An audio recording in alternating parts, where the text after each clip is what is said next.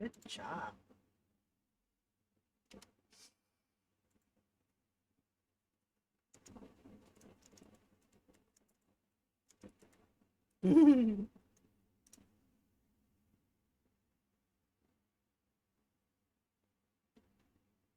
Some great panels. We also have some fantastic ones going on today, including looking at the Blizzard diversity tool and all of these other wonderful presentations and so forth going on today.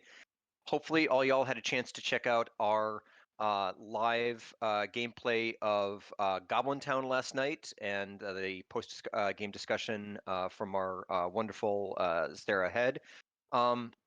Today, this particular panel is focusing specifically on the contributions of organizations to archaeogaming, specifically the Archaeogaming Collective and STASA, or the Save Ancient Studies Alliance.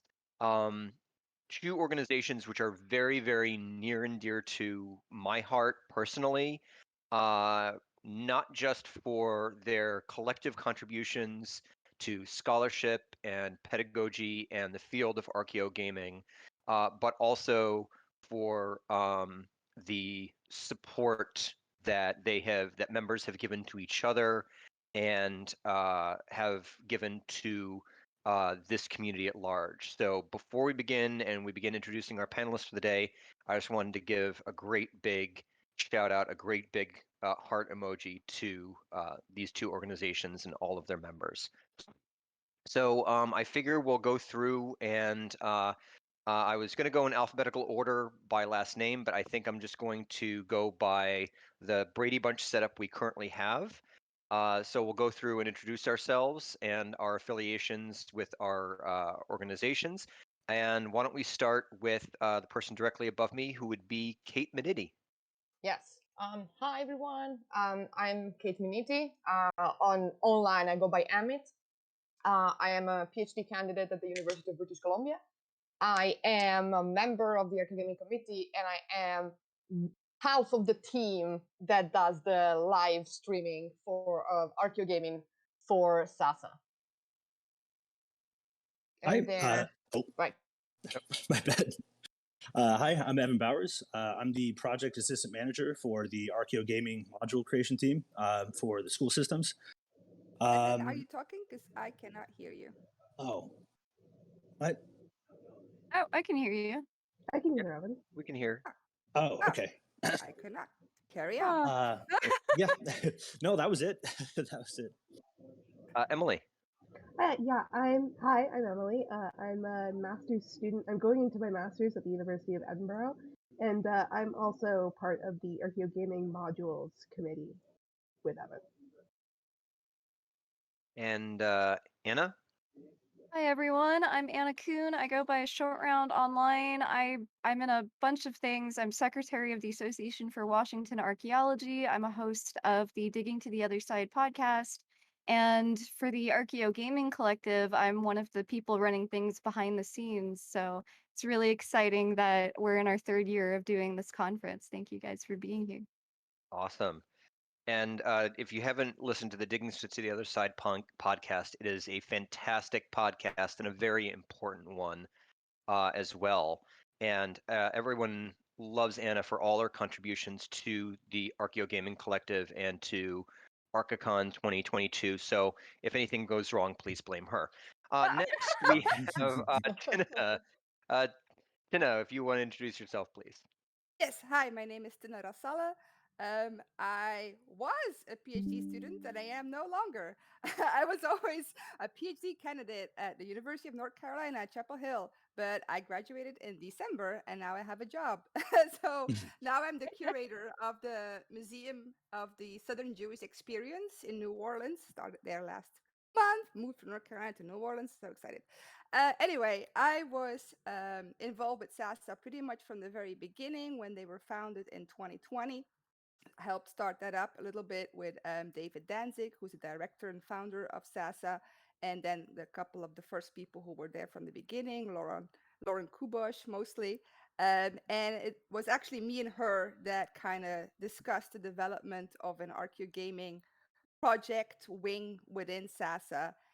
which was then later taken over by many different individuals, including Kate and her and other people, and then Evan's team, who's doing a different project, which I'm sure we're all going to talk about. And that's me. Excellent. And I would also be remiss if I didn't point out that Tina also um, helps publish a wonderful edition of Near Eastern Archaeology magazine on Archaeogaming, and leads a annual session at the American Schools of Overseas Research annual meeting on Archaeogaming. So fantastic. So these are our wonderful panelists. I am going to be your moderator, your humble moderator for today. I am Michael Zimmerman. I am assistant professor at Bridgewater State University and director of our public archaeology concentration, and a wayward, sometimes contributing member to both the Archaeogaming Collective and SASA when my somewhat hectic schedule and stress level allow that to happen. So let's dive into our agenda for today for our panel discussion.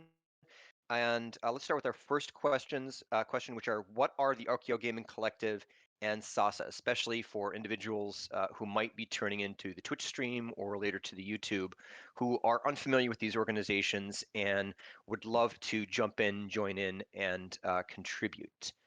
So why don't we start with Anna? What exactly is the Archaeogaming Collective? And then we can jump into our, Tina has already talked about SASA a little bit, but our SASA members can jump in and talk about what SASA is. Okay, I'm glad I took notes for this. Well, so the Archaeogaming Collective got its start as a Discord-based community for presenters and audience members of the first ever Archaeogaming Con in 2020. And obviously, we're on our third year of running these conferences online. But it was clear after the success of the first one that this community wasn't going anywhere. We were talking every day on it. We were using that server every day, and it was evolving into something much bigger than a yearly conference on Twitch. And having that Discord server has, supported daily conversation, like I said, and regular updates from this community, becoming close friends. We're focusing on community building and collaborations on projects and presentations like this one, which has been something I think we were all originally drawn to initially from the moment we came across Sarah Head's strange tweets about something called Argacon at the start of a global pandemic. So that's kind of a little just about the Archaeogaming Collective as it is now. And we'd also be remiss if we didn't also talk about the contributions of Bill Octor, one of the original founders, along with Sarah, as well as the amazing Christiana Krupa, whom I don't believe is entirely human for everything that she's able to do I and don't get think so done. either. I'm looking for the antenna every time I'm on a Zoom call with her. I'm looking for the antenna. And help lead, among other things, live gameplay, live TTRPG gameplay, as well as focusing on topics such as NAGPRA and repatriation, assistance for jobs in graduate school, Yeah. and dealing with the number of sensitive topics that arise in archaeology as well. So would someone from SASA like to jump in and talk a little bit about the organization? Tina. Yeah, I'll do that, Michael. Thank you. Yeah, so like I said, SASA was founded in 2020, and it's a global nonprofit virtual organization, as in is basically a team of mostly graduate students, undergraduate students, not academia affiliated people who believe in the importance of studying the ancient world, the history, the archaeology, the linguistics about the ancient world, any region in the world, any time period. But we are very invested in the research of that field, and we are seeing the decline in academia, especially of these fields being studied. Departments are being closed, professorships are ending, classes are being canceled, and we really feel that that's a bad thing. It makes us sad. So we started this nonprofit, try to get the general public to be interested in the ancient world again. So a lot of people are interested in ancient Greece, in mythology, in Egypt, but don't always know where to start, especially if you're still in high school or you're in college, you're trying to figure it out. So we offer virtual, low-key, low-profile classes, entertainment, workshops, book series, all kinds of fascinating things that we try to organize. So we are a group of people from all over the world.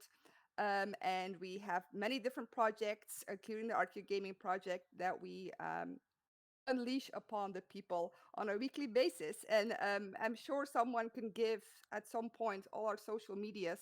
But basically, if you search for SASA, Safe Ancient Studies Alliance, on the internet, you will find our website, you will find our Facebook, our Instagram, our Twitter, all our socials. We're on YouTube, we're on Twitch, we're everywhere.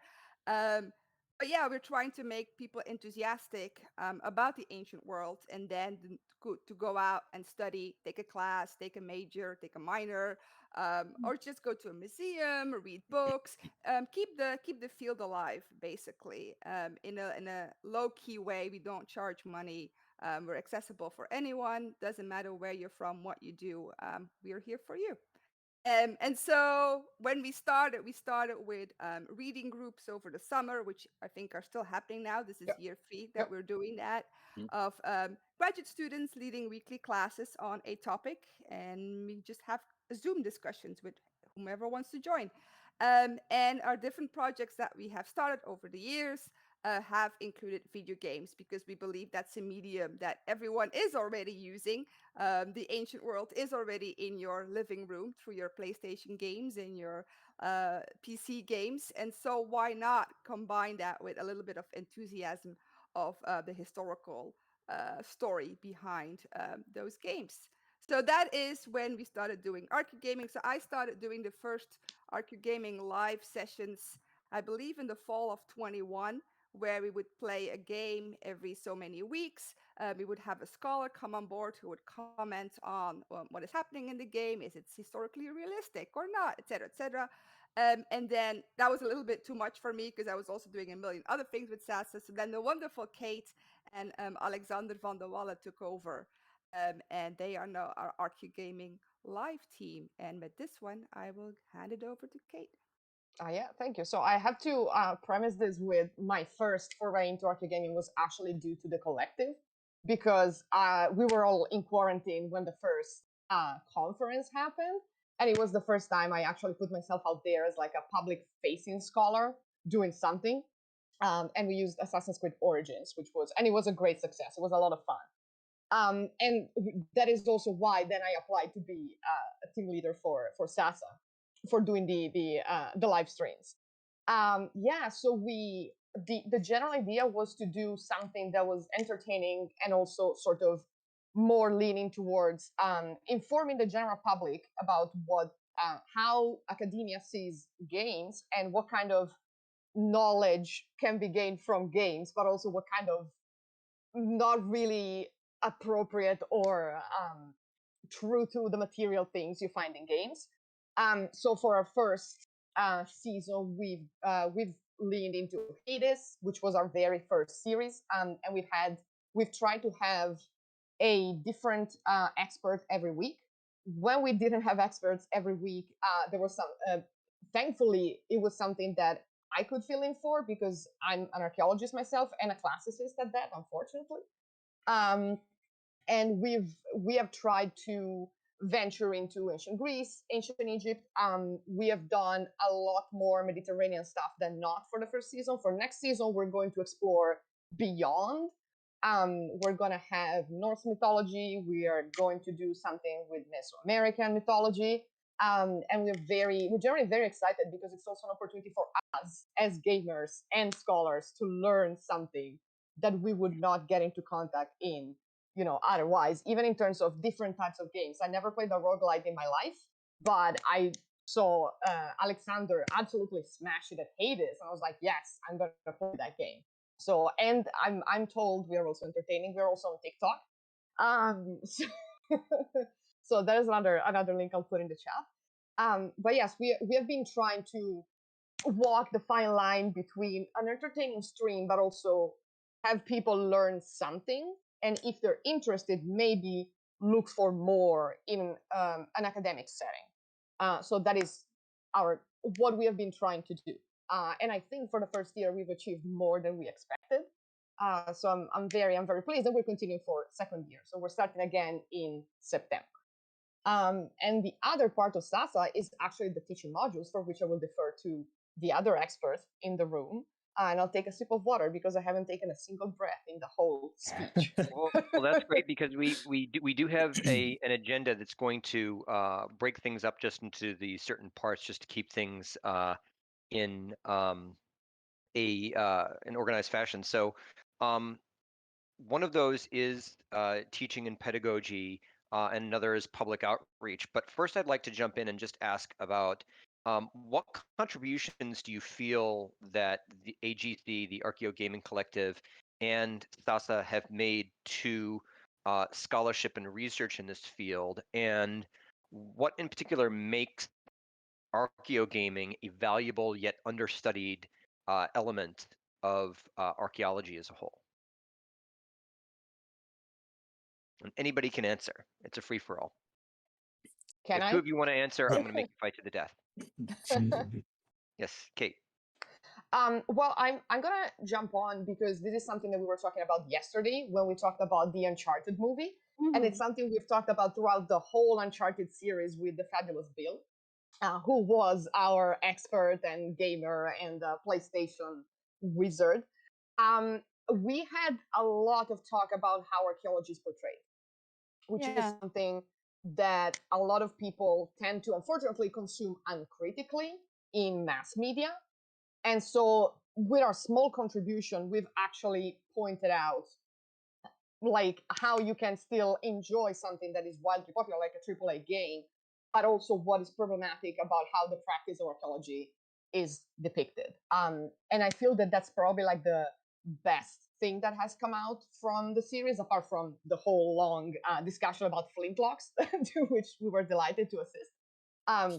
But I think that just the talk about ethics was probably, at least for me, was the thing that will remain with me for longer, because it's not really talked about outside of academia, but we took a very popular game and made it into, and now we're going to talk about ethics, which is, you know.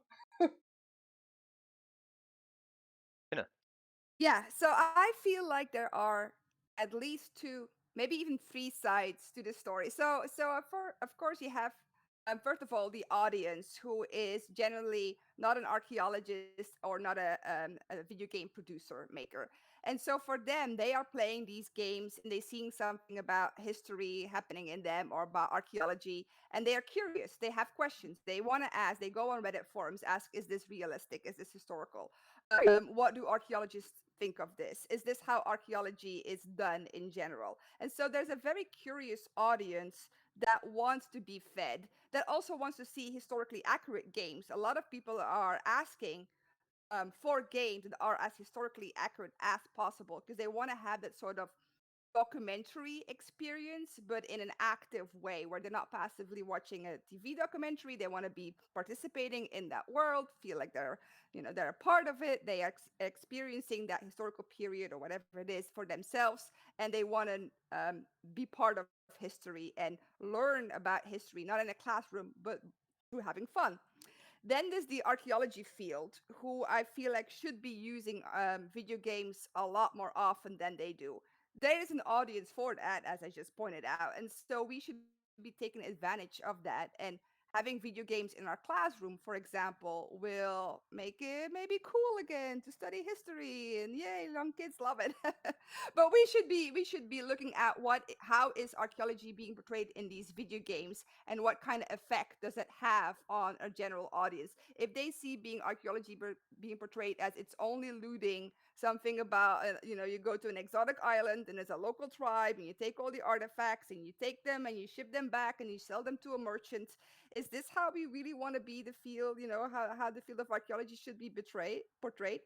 And then on the third field, the third group is the video game makers and producers themselves. So, because it's still my hope that when our voices as archaeologists, historians are loud enough, it will have an impact on these video game producers, and they will start thinking of, maybe we should invite an archaeologist to help us make this video game. Maybe we should portray these fields a little bit more ethical so that it will have an impact on the community seeing this field in a different way. So I still hope that we will create a lot more symbiosis, a lot more collaboration between video game producers and academia, which is not happening enough to my opinion. But that is still my goal. So there's different things going on here for me. Now, to that idea, I'd like to turn things over to Anna, because Anna, you have the AGC has begun to make inroads in those two areas, specifically academia, but also relationships with game developers. We've had an Archaeogaming session at the focused specifically an AGC Archaeogaming session at the the Society for Historical Archaeology. Past January, we're going to be having another one in Lisbon, Portugal, this coming January. Renew your passport, be there or be square. And Anna, you've had the chance to actually work and play with game developers here on this channel. So Yeah. my question to you is, what has that been like to develop these relationships with both scholars, with very importantly CRM archaeologists and their contributions, and with game developers, sort of this triad of academics, CRM archaeologists, and game developers, all developing this community together. So you've made some inroads in that area.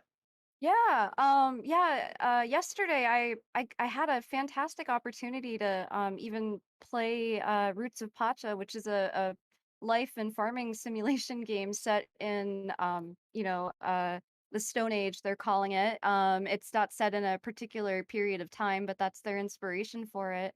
And they created such an amazing game, and they hadn't worked with all too many archaeologists on the project or researchers on the project. And so talking with us, they told us afterwards that they'd like to reach out to us more and gain more inspiration for their game, more chatting with us. And it's really cool to see. I think that just touching on what was discussed just before you tossed me that curveball, Mike.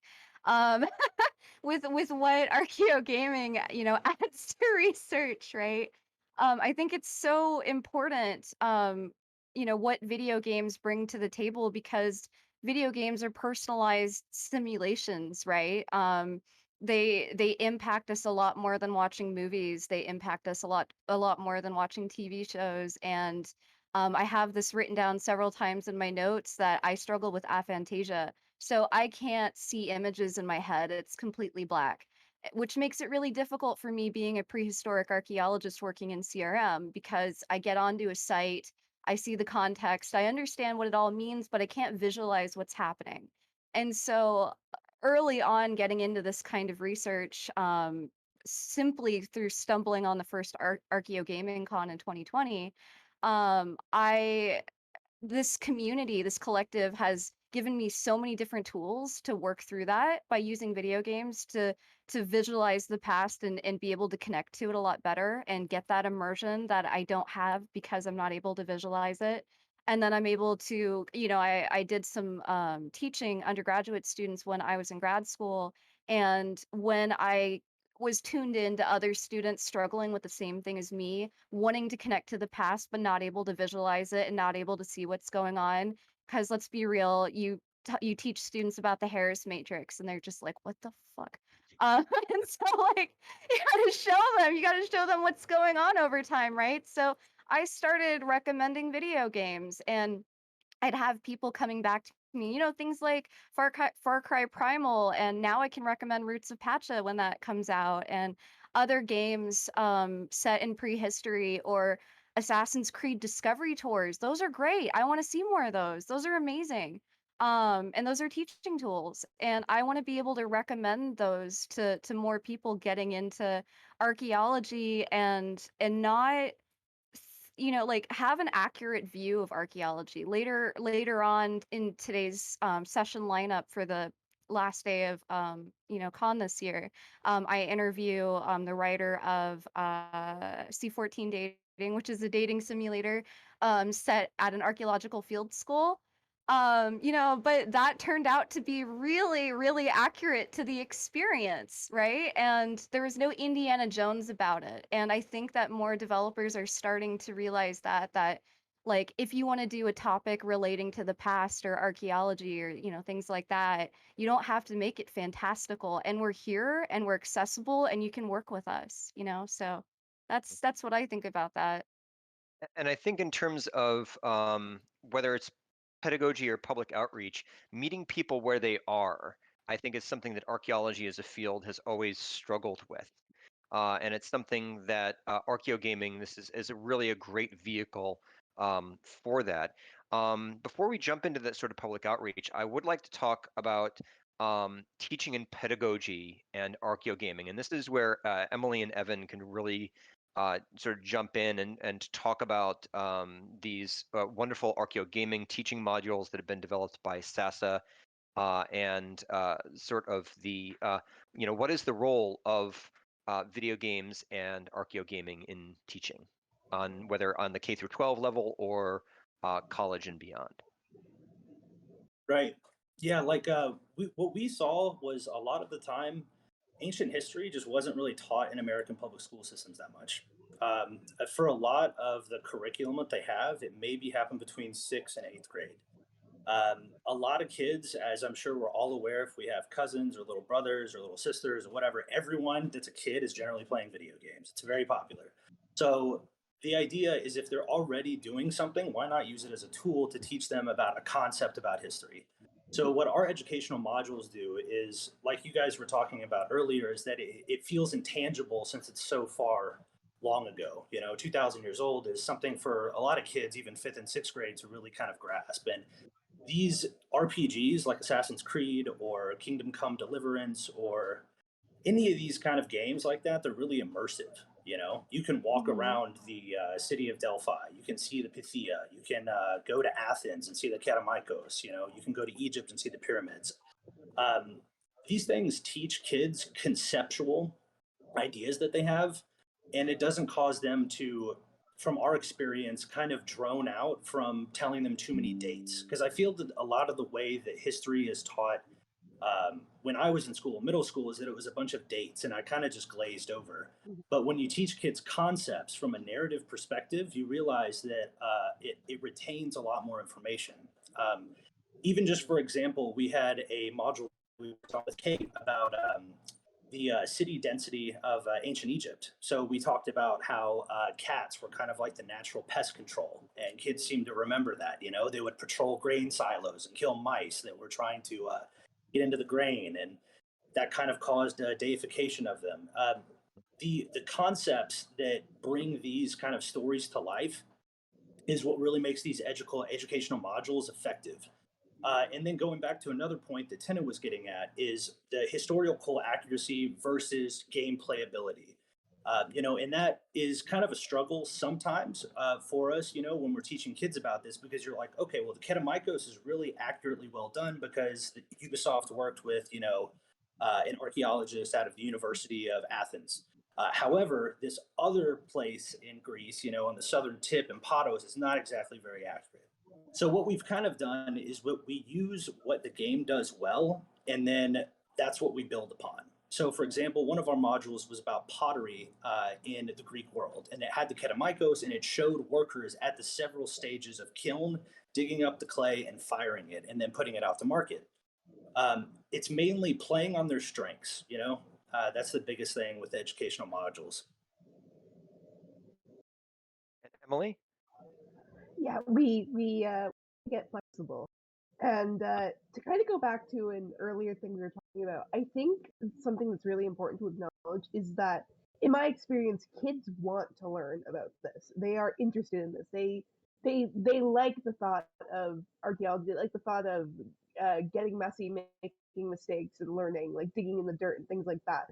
And I found that getting them inspired with these sort of things of mass media that may not always be perfect, but they are trying and they are interested, is a great way to get them involved. I mean, the movie Indiana Jones is not perfect, but I know that that was when I would saw him in his office as a kid. I was like, whoa, I might want to do that. Like that's interesting. Like he's studying. Like things like that get kids interested. I've heard from so many like children. My sister is 19, but she was a bit younger than I am, and so many of her friends were like, "Oh, I know this random myth thing. I learned it from Percy Jackson." Like this sort of thing gets kids interested, and we've gotten a lot of feedback that the way we're doing the Archaeo modules is working. Kids are taking these forms of mass media and they are getting interested in looking into maybe the mistakes of things. And when they learn about that, they're like, oh, that's super interesting. Let me learn more about this. And they're going on and on. We say when we're making each module that we hope that we have at least one like aha moment for one kid, and then like in 20 years we'll be seeing that kid at a conference giving a talk maybe on the inaccuracies. So yeah, that's Evan, do you have anything? No, it is. It's very good. Hopefully, in 20 years at Archaeogaming Con 25, we'll be able Oh God. to be talking about the problematic concepts of Assassin's Creed 37. Possibly. So, Just 37? Yeah. one of the things in terms of pedagogy that I really wanted to ask, and this is something that I've dealt with and we've discussed at a previous con, something that I'm a huge fan of um, being a teacher and looking at my own teaching and developing my own teaching philosophy, is looking at something called transformative pedagogy or transformative learning. How do we transform learning? And really, that's made up of two elements: constructivist pedagogy, which is all about creating experiential learning, learning by doing, and critical pedagogy, which is all about looking at power imbalances, looking at sensitive topics, and creating applications in people's everyday lives. When we talk about sensitive topics and moral support at the end, we'll be able to dive into that critical element. But for that constructivist pedagogy, for learning by experiencing, how great is it that video games, even with all its problems, like Assassin's Creed with all its problems, can create an experiential focus on the ancient world that the ubiquitous slide identification, we've all taken art history classes and we've done the slide IDs, or we stood in front of PowerPoints in a dark, warm room while our eyes slowly narrow and fall apart. And Yeah. whereas climbing and climbing on the side of the Pantheon in Assassin's Creed can provide something that's so much more experiential than just simply looking at a slide of it. So my question then for Emily, for Evan, for anyone who wants to answer is, what can these video games give in terms of this constructivist pedagogy, in terms of creating a stimulation for experiential learning in a way that ordinarily we can only get in the field? Well, if I'm sorry, you No, go no, ahead. no. Sure. I was gonna say sure. Okay. Anna, you go ahead. I answered it both. Well, so like, bringing up again what I mentioned before, that personalized simulation, right? The reason why I love bringing up video games to students when I can is because of the retention that you get, right? Because it's not just the action of being cool and climbing up a wall, right? It's the fact that video games put you put you as the protagonist, put you in the game. The connections you're making with the people that you're meeting in the past are personal to you. You get invested in the characters, and it's like, even in the case of discovery tours, it's not being forced into learning. It's like, I'm gonna go this way, this direction. I choose that for myself, and I'm gonna check out that pot because in this moment I want to see that pot and I want to learn about that pot. I'm curious about it in this moment, and I get that instant gratification and it sticks with me because I made a choice. Whereas in the past, what we would do is when a student expressed an interest to us, we'd be like, here, check out this documentary. Or if we were fun, here, check out this movie on this topic you might like. Or here, check out this like show on this topic you might like. And there's not that idea of the student has this interest in something and getting the answer to that right away or making a choice or anything like that. Personal connection is not there. Therefore, that emotional connection may not be there. I'm not saying that all games inspire that emotional connection, but I'd say that game developers strive to that end more and more. But when you don't have that, the retention is lower. It's harder to retain these experiences. I have difficulties sometimes thinking about video games I've played in the past and not thinking that I was not actually the person doing this stuff. Or like in Mass Effect, I didn't in fact romance Garrus in Mass Effect, So like that kind of thing, that retention, we don't forget that kind of stuff. If it's emotional, it's all the greater. And it becomes personal too. Like when I think back on like our Goblin Town campaigns or Skeleton Key or playing any of these video games, we don't say, my character did this or your character did this. We say, I did this, you did that. And when you're Yeah. bringing that in, this is also the reason. Shout out to Jacob Coffey, who could not be here. That's really why I wanted to sort of jump in as talk about his contributions here. This is why, in addition to Archaeogaming, elements of looking into virtual reality, 360-degree photography, creating virtual environments of archaeological sites and archaeological landscapes, and the work that Jacob has done in the past with his company VR Testimony, or the work that is being done with the VR Archaeology Group at University of Illinois.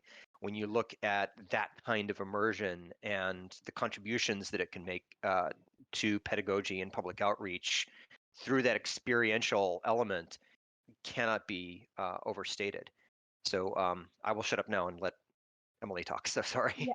No, I was just going to say that I really, really do think that Archaeogaming is a godsend for children who are not only different learners, children who have different interests, and children that are in different locations than areas. And in case we've talked a lot about different learners, but I do really think that it's important for children who maybe learn with a more physical, they have a more physical or more emotional or a different kind of intelligence than the way, not to harp on Howard Gardner, but I think that there's really like as a child I was more of a physical learner, and I know that I remembered a lot more than when we were. I don't know if you ever did it, when those like little box digs you could get that was like a sand pyramid, you could like chip away at it, you could pull a little treasure out and you're like, I found it.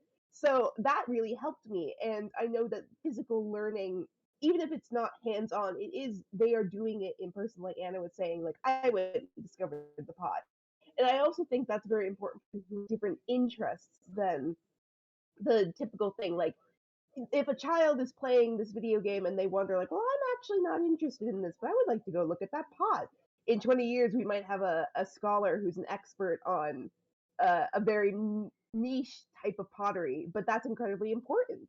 We'll learn more about that. And I think that this is also incredibly important for children who are in different locations. Then we were talking, we at in the Archaeogaming modules department, we've talked a lot about how do we make these modules for places in the South, which are really struggling with getting these kinds of information in school because of very strict testing guidelines. Like they have like a very small window for this. So getting this kind of information in a way that they can engage with in a more physical manner, in a way that might grab them, is a great chance to get them where they might be, a great chance to get this information into a school where they might be only seeing it for a week, and then they have to move on to something else. Yeah. And finding that interest early on too, right? So like in the case of that pod again, like say a student is on a discovery tour, they can locate that thing that they're interested in right away, as opposed to waiting for it, or trying to find what they're interested in, watching that documentary, sitting through it, being told all these different aspects of archaeology, different careers in archaeology, different artifacts in archaeology, and just waiting for it in that linear fashion until they give up and they don't find the interest at the end, because it's included all the way at the end. In the way of video games, they can find it quicker and pursue it faster, Or they so might have, sorry, or they oh no, no. might have never even known that they had that. Like, oh Yeah, wow, this pot's kind of cool. I want to learn more about this. exactly. It's always great having more potheads in archaeology. Potheads and shared nerds. Yeah. So for that idea, what I'd love to do is sort of expand on that and move into our penultimate topic for this discussion panel, which is the contributions of our organizations to public outreach in terms of meeting people who where they are, in terms of reaching younger individuals in K through 12, in terms of also dispelling all sorts of misinformation in the public sphere about archaeology and what archaeologists do.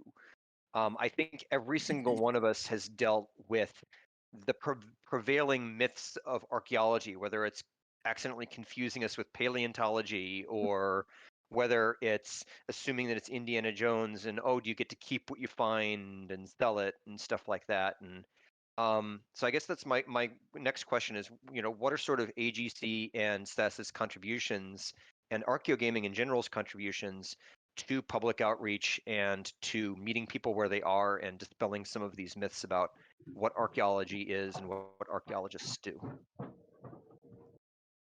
At least with the educational modules, we have kind of done a 1 and a 2 about education with video games and with archaeology. So kids are kind of learning what archaeologists do, as well as teachers kind of dispelling a myth about video games in the classroom. That was one of our hardest hurdles to get over. Was a lot of teachers when they heard about video games in a classroom, they were immediately kind of like, I don't really know if I want to be doing that. And as well as archaeology, you see in some of these videos where they actually get the information from. How did they dig up these pots? How do we know how these pots were constructed? How do we know how they made them? And it talks about the archaeological process. So some of these kids are getting a realistic view of what archaeology is outside of these topics we were talking about earlier with Indiana Jones or Tomb Raider or any of these other things at a young age. They're realizing that you have to kind of dig around in the dirt, and and that's good. The biggest thing for us is definitely the video games kind of dispelling the, I guess, aversion to wanting to use them in a classroom. But I feel like that's slowly changing with time, as well as the perception of archaeology, especially for younger kids. I think, in a way, the modules are fighting against two and the one is that video games they're a useless waste of time. You shouldn't be doing it, and that classics in general, classics is something for rich old people. Like that you in a book, and like no one can do it. You gotta study languages for a million years, and like you can't do it. But I like to think that what the modules are telling kids is that you can do it, and you can do it with things that interest you, and you can learn about all these cool things with history. Yeah. And I think that that's tremendously important because without sounding too trite, I think it inspires kids. And I think that so sorry. I was just going to jump in, and I love specifically what you mentioned about the idea of classics being for rich old white people, because I think that's something very important that we can do is to reach out to communities in need, first generation college students. You look at the work that my university and my department has been doing, say, with the Brockton public school system in Massachusetts, which is a lower income community with a lot of minoritized persons, and making that connection and say, hey, this is for everyone. But I definitely want to jump in and allow Kate to talk because she's had her hand up for a bit. Oh, yes, I'm an organized, polite person sometimes. I have several things to add to things that people have said. The first one is teachers being averse to video games in the class is not only an elementary and middle school problem, it's an academia problem. I cannot count the times, and if Brianna is in the chat, she's gonna say the same. That very serious tenure professors have been telling us for the past, I don't know, 5 years, 10 years, that video games are not a real thing. That archaeogaming is not a real, science or discipline, and that this stuff doesn't look good on our CV. So it's not just elementary school teachers being worried about maybe the video games being a bit too distracting. It's also academia saying, oh, but this is not worthy our time, and it's not a real study field. But then again, what is, like, we make the field, right? And the other thing to and this connects to reaching people that are not white, rich, and in classics, and I'm most of those things, not rich, but white and in classics, is that I see, I'm very active on Twitter, in the classics Twitter community, and some of the people that are making the most of archaeogaming, VR, all sort of public facing archaeology and everything else are actually first generation scholars, because they don't come from the established, ivory towery sort of academic thinking, which is still very much baked into how many people, especially even like people my age or younger, are trained in classics. Less so in archaeology, but if you get to archaeology through classics or other very historically literally heavy disciplines, you still get people, making being snooty when you say, "Oh, I do archaeogaming." So it's like, and I'm talking about classic because that's where I come from. I hope that in other archaeology fields it's better, but like for my trajectory and what I see is drab. But it's changing because people who were not, because no, it's not that people who were not historically able to access archaeology are getting in. It's because now we can do archaeology and archaeogaming through things that are accessible to more people, right? So it's about public facing thing. And in terms of what our archaeogaming thing, like live streams, are doing, is that being on Twitch, you can access everyone who's on Twitch. Yeah. So we've tried to have even big name archaeologists on our stream. Like when we started Heaven's Vault, we had Dr. Monica Hanna, who is a big name in Egyptology, and she's not a gamer at all, but she was very happy to be there, also because the protagonist was based on her, but she didn't know. And so we had a great conversation about what is Egyptology, and what does an Egyptology do, and what how do they deal with looting, and the Ministry of Antiquity and everything else. So what our small contribution is using the right hashtags on Twitch and making it more accessible to everyone. Although some people are resistant to Twitch, but we're trying small things, but we always try to bring in someone who actually knows what archaeology, like some actual archaeologists, and not just people who have a book knowledge of the matter, if that makes sense. And I think this is one of the wonderful things about archaeogaming is that it's a two-pronged approach to public outreach. We're reaching out to the public through platforms like Twitch, YouTube, Discord, and to younger audiences and people who aren't necessarily involved in academia. But we're also reaching out to academia to gain acceptance there. You look at the wonderful work, say, that Bill Farley has done with his YouTube channel, Video Game Archaeology, and his the work that he's done in that area in terms of public outreach that doesn't just go out to the public, but also goes up the ivory tower to academia as well. So that two-pronged approach is great. We only have 10 minutes left before we finish up. So I'd like to jump into our last topic. I said we'd come back to the idea of critical pedagogy. And I'd really like to talk about AGC and SASA as a community in terms of dealing with sensitive topics, such as looking at settler colonialism in Civilization and Mass Effect and other video games. such as dealing with other sensitive topics such as NAGPRA, repatriation, and then lastly, AGC and STASA as a form of moral support for each other and for people in the field. So I know it's a lot to unpack in our last 5 to 10 minutes, but you're up to the challenge. You can do it. Especially with critical topics like that are sensitive. We haven't done too many, especially about like pre-colonialism or colonialism itself, since we're studying maybe on the ancient world. But what we have done is we've talked about class disparities, especially in our ancient Egyptian module. We talked about the social hierarchies of the worker class, the scribe class, the royal class, and kids kind of understood because they could see that in real life itself.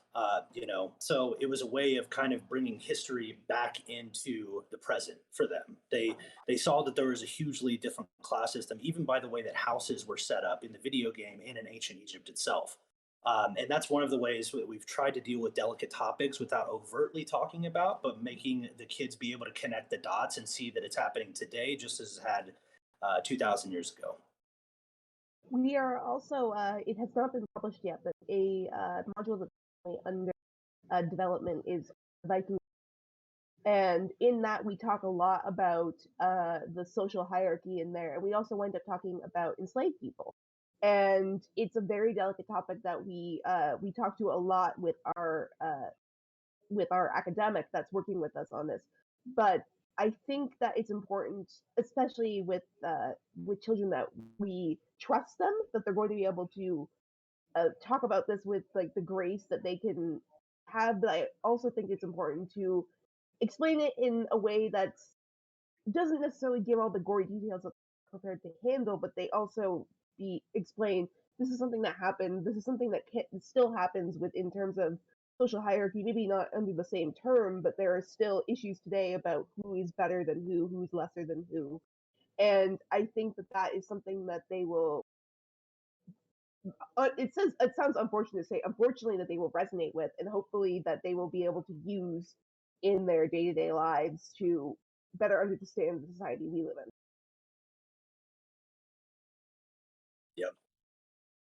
Essentially with the rating, and about how like perceptions of ancient peoples kind of changed while talking about this. Because especially in the past, I don't know, maybe 5 to 10 years, the popularity of Vikings in media just across the board has exploded. Whether it's been video games, movies, TV shows. I mean, I don't feel like I can open up Netflix without seeing another Viking show. you know, uh, but it was important for us to talk about how they were raiders and pillagers, yes, as well, but they were also traders and how these cultures intermixed into a unique culture themselves, i.e., Dublin, and other places in northern England. And it's been it's a topic that we have to talk about with grace. But what we like to do is we like to set the groundwork for kids with sensitive topics like this and nuance they can talk about in high school or beyond. So essentially give them the tools to interact with this, but then later down the road, they will be prepared. It's a difficult line to work with when we don't want to child-proof words and just sanitize it and be like, no, everyone's friends, and then they all got along. But you also don't want to show them the TV show Vikings and be like, all right, deal with this. It's a delicate line. I like to think we're pretty good at it at this point, but it's something that can be difficult to do. But I think that we are pretty good so far at setting groundwork so that they can learn on their own as they grow older, and hopefully use these tools as they grow to better develop their understanding of these cultures. What about, we've talked a lot about all of these great contributions that AGC and STASA have made to the public, to teaching, etc. What about our contributions and what we owe to each other in terms of moral support, particularly as online communities? Well, this one I could speak to. In being a part of the AGC for going on 3 years now. like I said before, and like it's been said a couple times now, we started, in the beginning of the pandemic, and so we came to each other at a time where we really needed people. We were in a lockdown, and it was hard to feel like an archaeologist at that time, or connect with other archaeologists at that time, and so it really set the groundwork for how our community, went that direction. And so, and a lot in, trying not to get too personal, but like, what I've noticed in the years that I've been an archaeologist is when I, meet with colleagues locally and meet archaeologists in person, I find that archaeology is an interest. We all got into archaeology because it's a passion of ours. It is an interest, it is a hobby, it is our life. It's not like something where we're just doing it for the job, we're just doing it for the money, and then we don't want to have anything to do with archaeology when we're home. We eat this content. It is what we're here for. If there's an archaeology documentary, we'll eat that, right? And so if there's an archaeology based game, we'll do that too. But what I found in a lot of archaeologists that I know is it's all archaeology and then it's all alcohol. And I have other interests on top of that, right? And so in in joining the Archaeogaming Collective, I found more people like me who have interests outside of that. We all have interests in that too. Don't get me wrong. I'll be having a beer at the end of this probably, but we all bonded over archaeology and video games, showing that we have interests outside of archaeology and we have an interest in blending it all together and using it for something cool, something great. And we collab on things. And in saying how similar we are as people, given that interest that we have and the hobbies that we also relate to each other. And so when we go to each other for help and support, we're all coming at it from different backgrounds at different stages. So there's no better people I would turn to for advice on things happening in my career as an archaeologist than folks on this server, because they really get it. They know the kind of background that I'm coming from and speaking from and needing assistance on, because we're all the same. And so that's something I love about this community. And I wanted to make sure that I had a point that I could say that. And I think that this is something that is so incredibly valuable to us to have, not just like local academic groups or nationwide or international academic organizations that we all belong to, but rather to also have online communities where we can support each other, where we can be involved with each other's work. Multiple individuals here have been involved with both AGC and SASA, and hope to continue to do so in the future, and to support each other morally, through our personal lives, through our academic lives, through what has been a very, very difficult couple of years, not just in archaeology, but just for it's been a difficult few years to be human. And I think that supporting our fellow humans is very important. So what I would like to do now that it's 11 o'clock is to wrap things up, give an opportunity for all of my other wonderful fellow humans on this panel to, again, share their names, share their socials, and so forth, so that anybody watching can connect and get involved with their work. And then we're going to go ahead and sign off, so our next session of the con can begin. So why don't we start with Kate? Yes, sorry, I'm having a fight with Twitch because it's showing me ads. I was trying to figure out how to Damn stop you, stream. Amazon! Well, yeah, questionable thing. Sorry, I support another channel. Sorry, it's it's still video games, but it's an Italian content creator. What was the question again? No, I just want everybody to give a chance to sign off, sort of just give their socials so that people who are watching can get involved, and if they want to do a deeper dive into our work and the work at AGC and SASA that they're able to do so. Yeah, sure. So I am Amit with an underscore on every social media. I think on Twitter I have 2 underscores. Follow me at your own risk because I tweet in 2 languages and I usually yell. So there is that. I tweet archaeology, I tweet about soccer, I tweet about soap opera and everything else. And usually if I'm streaming on the SASA Twitch channel, which I put in the chat several minutes ago, but I can paste all of that. And I am on the Discord server of the Archaeogaming Collective and the SASA Discord server, to which I will also put a link in the chat. And I'm usually yelling about something. So yes, and this has been great. I'm happy of being part of these for 3 years now, every time with more flailing and everything else. And yeah, thank you everyone. And I'm also, as you know, as others were saying, having the Archaeogaming Collective during the pandemic and also during like 3 years in which I moved around between 3 countries and several cities has been really, really helpful because, you know, wherever I am, I know that I have a device with Discord on it. I can talk to people who know what I'm going through and can relate, which has been a real help. So thank you all, guys. And thanks everyone for being in the chat and making the chat so active. Thank you. And Emily? Hi, I'm on Discord. Service cool.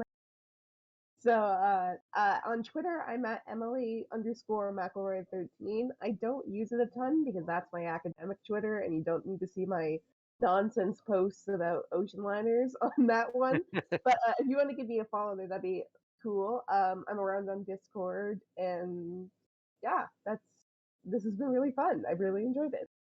Awesome. Evan? Yeah, I'm Evan. I'm the project assistant manager for SASA. If any of you guys want to work with us, volunteer, or help us with the Archaeogaming modules, I'm Evan on the Discord. Pretty original, I know. And I don't really have a ton of social media. That's pretty much the only thing, but I'm on the server if you would like to talk to me. Awesome. And it was awesome to meet you guys. It was really cool to meet like, other people in the field and everything. Very cool. Yep. Tina? Oh, you are muted, Tina. Nope, still can't hear you. That's okay. I'll jump over to Anna. All right. Hi again. I'm Anna, and yeah, I go by Short Round with an E at the end, so stylish on almost everything. And yeah, I'm an organizer at Archaeogaming Collective, so you can catch me on there. You can find me almost anywhere. Look me up on Association for Washington Archaeology if you're in the region, and please check out the Digging to the Other Side podcast on Spotify. Yeah, I forget to shout that out. I need to do that more. So there's that. Yeah, you do. That is an awesome podcast. And Tina, do you have your audio working? No. Okay. I will do the plug for you because you are absolutely wonderful and you deserve one. So Tina is the curator at the Museum of the Southern Jewish Experience in New Orleans, and can be found at Twitter at Tina_Rass. RASS, and at tinarasala.web.unc.edu.